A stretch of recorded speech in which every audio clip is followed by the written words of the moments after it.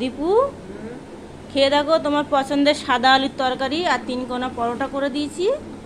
হ্যাঁ, খেয়ে বলো কেমন হয়েছে। খাও। ওখানে নারকেল দিয়েছি, জিলিপি দিয়েছি, আর এ দিয়েছি, গজা দিয়েছি।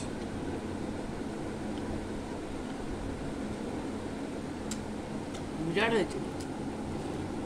ভালো হয়েছে খেতে। খুব ভালো হয়েছে।